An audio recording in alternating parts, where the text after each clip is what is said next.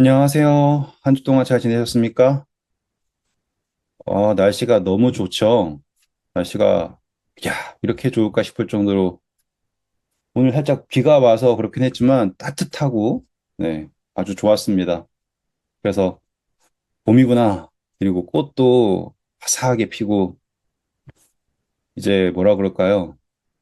우리 집에 있는 것들을 정리하게 하고 있는데, 옛날에는 이제 온열기구들 보면은, 따뜻하고 좋겠다 그랬는데, 이제 보면은 그 온열기구들이 미워 보이고, 불편해지는 거 보니까, 봄이 오기는 했나 봅니다. 라는 생각을 하게 되었어요. 여러분들 계시는 곳에도 꽃 많이 폈나요? 저번에 우리 이장로 님이 뉴저지 어디에 그렇게 벚꽃이 좋다 그랬는데, 이번, 우리 내일 날씨가 어떤지 모르겠네요. 한번 내일 우리 다 같이 으쌰으쌰해서 한번 가면 어떨까? 좋은 그런 생각을 해봅니다. 벚꽃 앞에서 우리 교우님들 함께 모여서 사진도 찍고 그러면 어떨까 그런 생각을 해봅니다.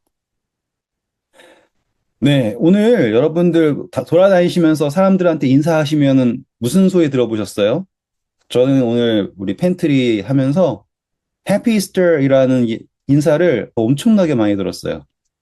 그리고 오늘 뭐 굿 프라이데이인데 뭐 팬트리 하냐 뭐 이런 식의 질문이라든지 제가 이제 교회에 있다 보니까는 여러 가지 이야기들 합니다. 너네는 왜 굿프라이데이에 서비스가 없냐는 둥, 뭐 이러면서 그래서 제가 거기다 대놓고서는 우리는 이렇게 설명하기는 그렇고 해서 그냥 웃으면서 해피 이스터 이러면서 보냈어요. 근데 그러다가 생각해 보니까 여러분들과 함께 이런 것들을 하나씩 집어가는 것도 참, 필요하겠다라는 생각을 했어요. 우리는 뭐 이런 것들을 안 합니다. 이 정도 아는 거는 다 아시잖아요? 그런데 그게 어떤 이유에서 왜 안 하는지 이런 것들을 제가 시간을 들여서 설명해 드린 적이 없는 것 같아서 제가 오늘 짧게 한번 설명해 드리려고 해요. 요즘은 이 인터넷이 좋아가지고 여러분들이 원하시면 다 검색해서 알 수가 있어요. 그래서 한번 해보시면 여러분들이 이 부활절이라고 하는 게 사실 성경에서 말하는 부활절, 그 예수님의 부활과는 어쩌면은 전혀 관계가 없이 로마의 어떠한 풍습들을 이렇게 접목해서 만들었구나라는 거를 여러분들이 쉽게 확인하실 수 있을 겁니다. 그러다 보니까 뭐 부활절에 달걀을 준다든지 그리고 토끼를 한다든지 이것들이 다 이제 로마의 다른 신들의 상징이었어요. 그런데 이제 그거를 이제 사람들이 흥미롭게 이렇게 딱 적용을 하다 보니까 예수님이 어쩌다 보니까 토끼가 되고 달걀이 되고 이제 그런 상황이 된 거죠. 그런데 우리가 단순히 사람들은 왜 이런 날을 지킬까? 그거는 콘스탄티누스 황제가 니케아 공회에서 이런 걸 주장해서 어떤 사람들은 유대인의 달력에 맞는 6월절을 지켜야 된다라고 했고 어떤 사람들은 예수님이 일요일에 부활했으니까는 일요일에 지켜야 된다라고 할 때 아니다라고 하면서 자기 마음대로 정한 날이다. 이런 식의 이야기들을 여러분들이 검색하시면 다 볼 수 있고 유튜브를 찾아도 보실 수 있고 다 알 수가 있어요. 그걸 제가 똑같은 걸 반복할 이유는 없겠죠. 그래서 저는 오늘 여러분들께 좀 더 성서적인 이 부활이라고 하는 것, 그리고 거기에 나와 있는 그 숫자들의 의미를 여러분들께 차근차근 설명해 드리려고 해요. 마음 같아서는 이렇게 하얀색 그 칠판이나 뭐 칠판은 하얀색이 아니죠. 화이트보드라고 그러고 칠판은 영어로 뭐라 그러죠? 블랙보드라 그러나요? 거기다가 이렇게 탁 써가지고 해드리고 싶은데 제가 이제 손가락으로만 할 거예요. 한번 여러분들 손가락 10개 딱 펴보세요. 이렇게 10개. 화면 안 보이지만 괜찮아요. 이렇게 10개 딱 하시고요. 손가락이 10개죠. 10개.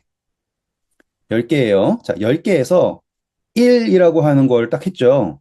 그러면 1을 할 때는 우리는 항상 어디를 시작으로 봐야 되냐면 출애굽기 12장을 시작으로 봐야 돼요. 어디를 본다고요? 출애굽기 12장을 1로 두는 거예요. 아시겠죠? 제가 출애굽기 12장 1절부터 읽을게요. 여호와께서 애굽 땅에서 모세와 아론에게 일러 가라사대. 어디에서 말씀하고 계신다고요? 애굽에서 모세와 아론에게 말씀하십니다. 2절이에요. 이 달로 너희에게 달의 시작, 곧 해의 첫 달이 되게 하고 라고 합니다. 그러니까 지금 애굽에 있는데 애굽에서는 어떤 달력을 따라갔을까요? 라고 하면 당연히 애굽 사람들의 달력을 따라갔겠죠. 맞아요? 애굽 사람들 따라갔을 거예요. 그런데 하나님이 짠 나타나셔가지고 아론하고 모세에게 탁 하면서 자, 오늘이 1월 1일이야. 이번이 첫 번째 달, 지금이 첫 번째 날이야. 라고 선언하십니다. 이거는 엄청난 선언이에요. 마치 태초에 하나님이 천지를 창조하시느니라 하고선 빵 한 다음에 빛이 있으라 하심에 빛이 있었고 저녁이 되고 아침이 되니 첫째 이렇게 나오는 거라고요. 그만큼의 큰 무게가 있는 게 바로 이 출애굽기 12장 2절에 있는 말씀입니다. 아셨죠? 여기에다가 숫자 1을 두셔야 돼요. 그리고 나서는 하나님께서는 자, 앞으로 10일을 세서 이달 10일에 6월절 양을 예비해라 라고 얘기하십니다. 며칠이라고요? 1일에서부터 며칠까지? 10일까지 한 다음에 그 10일에 6월절 양을 예비하고 그 다음에 손가락이 모자라요. 거기에다가 이제 우리가 성경은 7이라고 하는 걸 안식일로 하죠. 여러분 그냥 따라하세요. 손가락 운동하면 치매에도 예방되고 좋대잖아요. 그렇죠? 7이 뭐예요? 안식일이에요. 안식일이 한 번 더 있어요. 그럼 뭐예요? 14죠. 그렇죠? 그때를 우리는 뭐라고 하냐면 6월절이라고 해요. 한 번 더 1일에서 10일에 가서 10일에 6월절 양을 예비를 하고 그리고 나서 14일에 6월절 양을 잡습니다. 여기까지 이해되셨죠?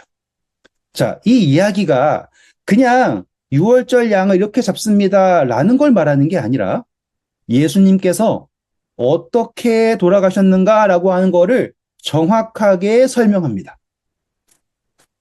요한복음 보시면 하나님께서 성전에 계신 예수님께 나타나가지고 내 아들이다. 이들의 이 말을 들어라. 이렇게 하시는 말이 나와요. 그때 예수님이 이것은 나를 위해 한 것이 아니라 너희를 위해 한 것이다. 라고 하는 이야기가 등장을 합니다. 그때 이야기는 어떤 이야기냐면 예수님이 3년 반 동안 공생애 하시는데 공생애 하실 때 예루살렘에 최소한 남자는 1년에 3번 가야 돼요. 그렇죠? 그런데 보통 가실 때는 그냥 조용조용히 가셨어요. 그런데 예수님께서 돌아가시기 전에는 예수님이 어떻게 6월절에 그러니까 그 성전에 들어가셨냐면 나귀를 타시고 그렇죠? 사람들이 겉옷을 등에 깔고 종려나무를 들면서 호산나 다윗의 자손이여 호산나 다윗의 자손이여 하면서 그렇게 들어가셨어요. 평소에는 그렇게 안 하셨는데 그날만 유독 예수님께서 직접 제자들한테 가서 자 들어가면 거기에 나귀 새끼 하나가 매어 있을 텐데 그 나귀 새끼와 그 어미와 같이 데리고 와라. 그러면 내가 그 나귀 새끼를 타고 갈 거다. 이렇게까지 하셨어요. 그때가 언제냐? 아시겠어요? 그때가 바로 이 10이라고 하는 숫자가 등장할 때예요. 그리고 예수님께서는 뭘 하셨어요? 성전을 정결하게 하셨죠. 그때가 언제라고요? 이 10이라고 하는 숫자가 등장할 때예요. 이때는 뭐라고 그랬어요? 6월절 어린 양이 예비가 된다예요. 그 전까지는 어떤 양이 6월절 어린 양인지에 대해서 몰라요. 한 번 더. 10일이 되기 전까지는 어떤 양이 6월절 양인지가 알 수 없어요. 그런데 10일째 되는 날에는 이 양이다 라고 하는 게 모든 사람들 앞에서 확정이 돼요. 뭐라고요? 10일째 되는 날에는 이 양이다 라고 하는 게 확정이 된다. 자, 이렇게 해보세요. 이렇게. 10일이라고 하는 거예요. 그래서 예수님이 일부러 나귀를 타시고 예루살렘에 입성하십니다. 호산나 다윗의 자손이여 라고 하는, 우리를 구원하소서라고 하는 그걸 들으면서 들어가세요. 제사장들이랑 유대인들이 저 사람들 좀 조용하게 해세요 라고 하니까 예수님이 뭐라고 했어요? 저들이 조용하면 돌들이 외칠 거다라고 하면서. 왜요? 지금 이 10일에 예수님이 우리를 위한 대속의 양, 보라 세상 죄를 지고 가는 하나님의 어린 양이시다라고 하는 게 확정이 돼야 되는 거예요. 그래서 그분이 들어가시고, 그래서 뭐 하시는 거예요? 성전을 정결하게 하신 거예요. 그래서 쫓아내시고. 이해되셨죠? 그리고 나서는 이제 며칠 남았어요? 예수님께서 돌아가시려면 4일 남았죠. 그렇죠? 그래서 이 4일 사이에 있는 것이 뭐냐면 성만찬 예식이 있는 거예요. 그게 언제냐? 바로 목요일입니다. 목요일. 이제 여기에 대해서 제가 너무 깊게 가지는 않을게요. 오늘의 주제는 이 1, 10, 14 요거 맞춰드려야 되는 거기 때문에 너무 깊게 가지는 않을 거예요. 그런데 이때 목요일에 예수님께서 성만찬을 하세요. 근데 원래는 양이 잡히는 날은 언제예요? 14일이에요. 맞아요? 언제 잡힌다고요? 14일에 잡혀요. 근데 우리가 생각할 때, 예수님은 목요일에 성만찬 하셨는데요. 무슨 이야기죠? 그런데 생각해보면 성경은 하루가 어떻게 시작이 돼요? 저녁이 되고 아침이 되고 이렇게 되죠. 그러니까 성만찬 예식이 목요일이다라고 하는 거는 사실상 14일 저녁이에요. 다시 말하면 14일이 시작되는 날에 제자들과 함께 성만찬을 하신다라고 생각하시면 되는 거예요. 그리고 예수님이 돌아가시는 때가 언제냐면 금요일 저녁 제사 드릴 때 돌아가셨죠. 그러니까는 같은 6월절이에요. 그리고 그때 돌아가셨기 때문에 목요일에 성만찬 하시고 금요일에 돌아가셨습니다. 다른 날이 아니라 이 두 사건은 같은 6월절에 정확하게 이루어진 거예요. 한 번 더 말씀드릴게요. 목요일에 하시고 금요일에 하시고 다르다가 아니라 이 두 사건은 같은 14일이라고 하는 성경에 저녁되고 저녁까지니까 그 사이에 일어나는 이야기예요. 그래서 예수님께서는 14일이 시작될 때 제자들에게 이것은 내 살이고 이것은 내 피고 라고 하면서 새 언약을 맺으시는 거예요. 멋진 이야기죠. 그리고 나서는 10일에 이 양이다 라고 하는 게 확정되었죠. 그 양이 14일 이제 금요일 저녁 될 때에 저녁 제사 드릴 때에 아버지여 어찌하여 나를 버리셨나이까 라고 하면서 내 영혼을 아버지께 의탁드리나이다 라고 하고서는 돌아가세요. 그때 짠 하고서는 휘장이 어떻게 됐어요? 쫙 찢어졌죠. 그 이야기가 뭘까냐 하면 휘장이 쫙 찢어졌다라고 하는 거는 더 이상 이제 성전을 통한 속죄라고 하는 개념이 의미가 없다라는 거예요. 왜요? 예수님께서 이 모든 것을 성취하셨기 때문에 더 이상 지성소라고 하는 것이 성전이라고 하는 것이 우리의 속죄와 의미가 없는 거예요. 그래서 그게 쫙 찢어져서 열렸어요. 그리고서는 이제 더 이상 지상의 성전의 개념이 아니라 이제 하늘의 성전의 개념으로 전환이 됩니다. 여기까지 이해되셨죠? 이제부터 되게 재밌는 거예요. 그리고 나서 예수님께서 며칠 만에 부활하셨어요? 라고 하면 여러분들은 3일 이럴 거죠. 그런데 사실상 예수님은 3일 만에 부활하신 건 아니에요.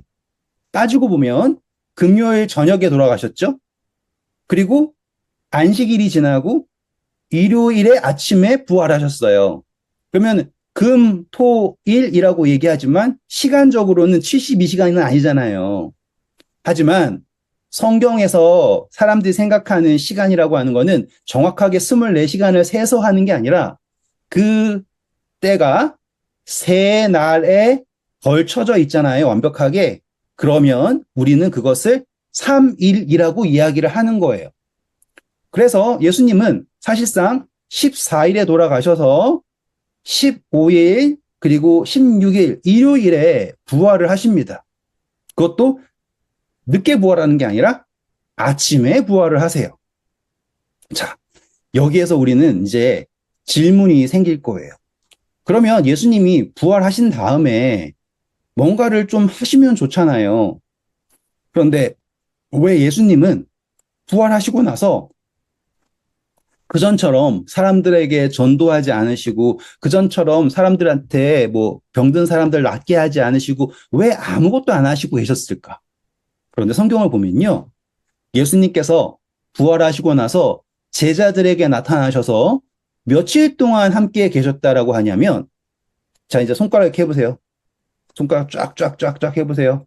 자, 40일 동안 계세요. 며칠 동안 계셨다고요? 40일 동안 계세요. 그래서 예수님이 제자들과 함께 지금 며칠 있는 거예요? 40일 동안.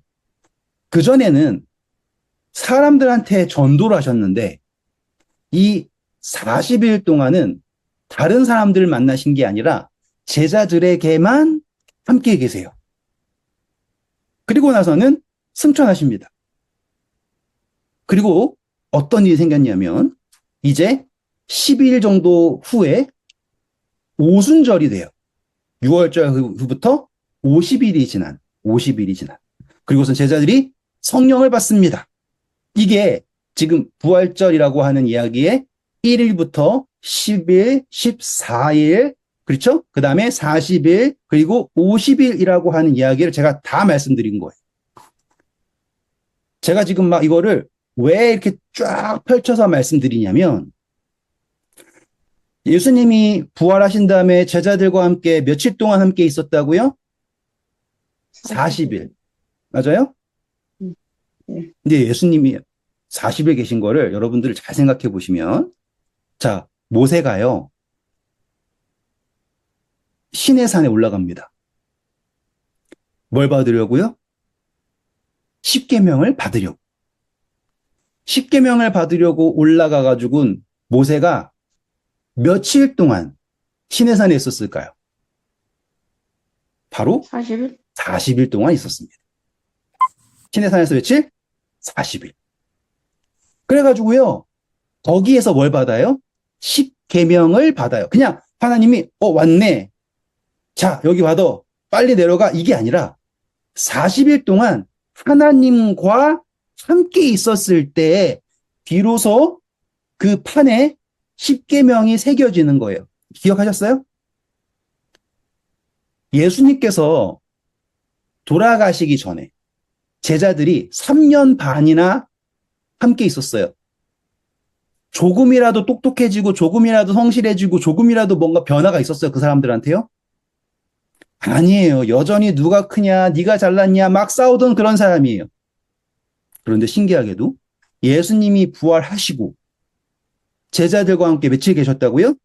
40일 동안 있었어요. 근데 신기하게 여러분 부활 전의 제자와 예수님 부활 후의 제자들은 같은 사람 같아요? 다른 사람 같아요? 신기하게도 완전 다른 사람 같죠?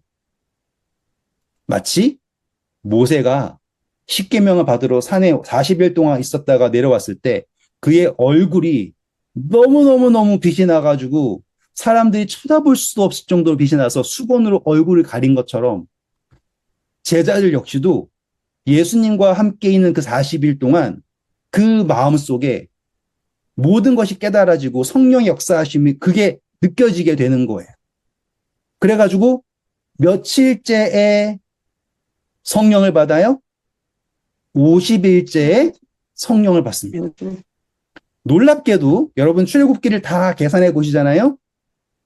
그러면 십계명을 받을 때가 출애굽 다시 말하면 6월절로부터 정확하게 50일 때에 십계명을 받아요.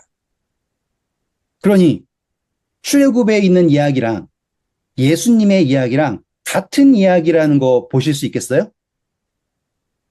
더 재밌는 거는 뭐냐면 모세가 십계명을 딱 받고 내려왔어요. 내려왔는데 하나님이 너 내려가 봐라. 지금 너의 백성들이 이렇게 하면 한단 말이에요. 모세 입장에서는 왜 하나님이 왜 내 백성이라 그럴까? 하나님 백성인데 라고 생각할 텐데 가보니까는 이스라엘 백성들이 뭐 하고 있어요? 금송아지 가지고서 날뛰고 있죠. 그래가지고는 그날 몇 명이 죽은 줄 아세요? 출애굽기에서 금송아지 때문에 몇 명이 죽었나? 모르시겠어요? 3,000명 아닌가요? 맞아요. 3천 명이. 이제 숫자 해드려요. 손가락 해보세요. 이렇게. 몇 명 죽었다고요? 3천 명이 죽었어요.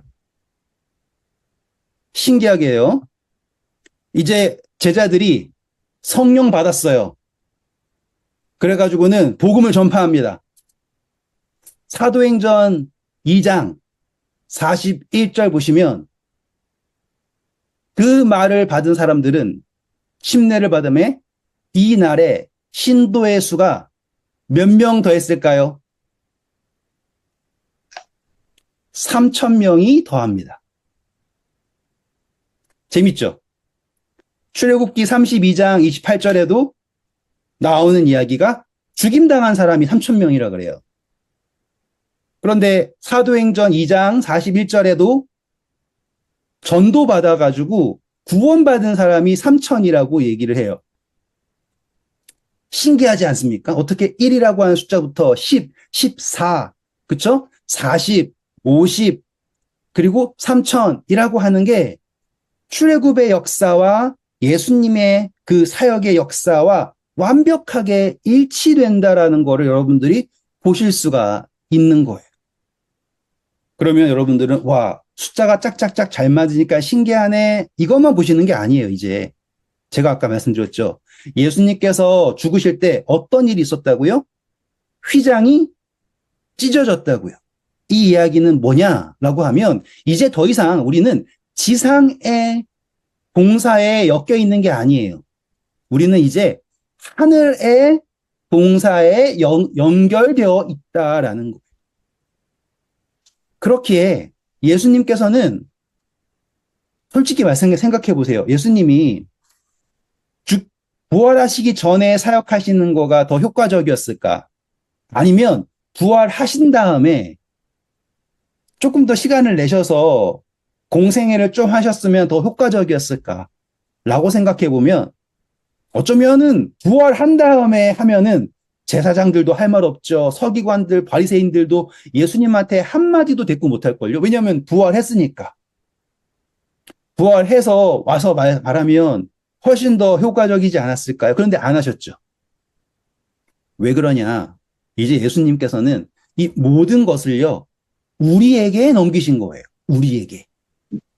우리가 뭘 할 수 있게 하셨냐면 예수님께서 하셨던 그 공생애를 우리가 살 수 있도록 우리에게 허락하시면서 내가 가면 내가 보혜사 성령을 너희에게 줄 것인데 그가 너희와 영원토록 함께 하실 거다라고 하는 언약을 하면서 너희가 요한복음 14장 이야기예요. 내 뜻으로 14절 무엇이든지 구하면 내가 시행하리라. 내가 아버지께 구하리니 아버지께서 내 이름으로 하면서 내가 한 것보다 더 큰 것을 행할 수 있다라고 하는 언약을 주시면서 우리로 하여금 그 공생애의 시작에 초청하신 거예요. 그게 바로 우리가 기억해야 할 부활절의 의미예요. 그냥 예수님이 죽었다가 살아나셨다 해서 끝나는 게 아니라 예수님이 부활하시고 나서 40일 동안 왜 제자들과 함께 있었는가? 왜 함께 계셨고 그때 뭐 하셨는가? 여러분, 오늘 우리가 살고 있는 그 인생이 예수님이 광야에서의 40일, 이스라엘 백성들이 광야에서의 40년, 모세가 시내산에서의 40일, 예수님이 공생애 하시며 부활하시고 나서의 40일 같은 의미예요. 우리의 삶이 이 40일이 하나님과 동행함으로써 우리의 이 삶에 십계명, 그분의 계명이 새겨지는 그 시간. 그리고 마지막 그 50일 하나님의 영이 임재하는 그 시간. 그 시간을 여러분들이 살고 계시고 그 삶이 예수님이 걸어오신 공생애처럼 오늘 우리도 성령과 함께 살아온 공생애가 되어서 하늘로 갈 수 있는 여정이 된다라는 거예요.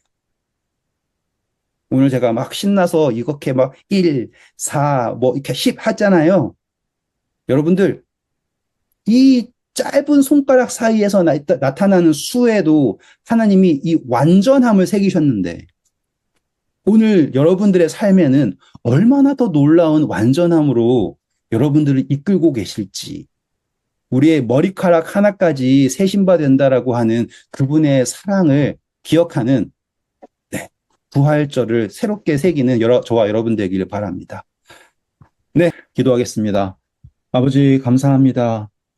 저희가 비록 이 세상에 속하였으나 아버지께서 이 달을 새해 첫 달이라고 말씀하시며 새로운 날이라 말씀하시며 저희가 더 이상 세상의 시간에 사는 것이 아닌 하나님의 시간 속에 살게 하심에 감사합니다.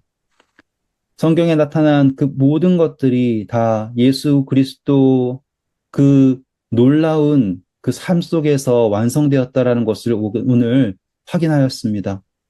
하지만 그 완성이 거기에서 그치는 것이 아니라 오늘 저희에게도 예수님께서 걸어오신 그 공생애의 자취를 따를 수 있는 특권을 주셨다라는 것 오늘 저희가 다시 한번 새깁니다. 아버지, 저희의 신앙이 단순히 죽음을 두려워하고 죽음을 벗어나려고 하는 신앙이 아니라 하나님과 동행하며 성령의 이끄심을 따라서 사는 저희의 삶이 아버지의 계명을 저희의 마음속에 새길 수 있는 특별한 공생애의 기간이 되게 하시며 아버지가 저희에게 선물하신 이 땅에서 엮인 이야기가 아닌 하늘의 성소와 연결된 저희의 신앙이 되게 하셔서 저희가 비록 인간의 눈으로 보기에 부족하나 아버지께서 선사하신 그 은혜의 그 충만함을 조차 예수님께서 걸어가신 그 길을 저희도 걸을 수 있는 참 그리스도인이 될 수 있도록 도와주세요. 오늘 저희에게 주신 은혜, 아버지 너무 감사하며 또 더 많은 은혜를 구합니다.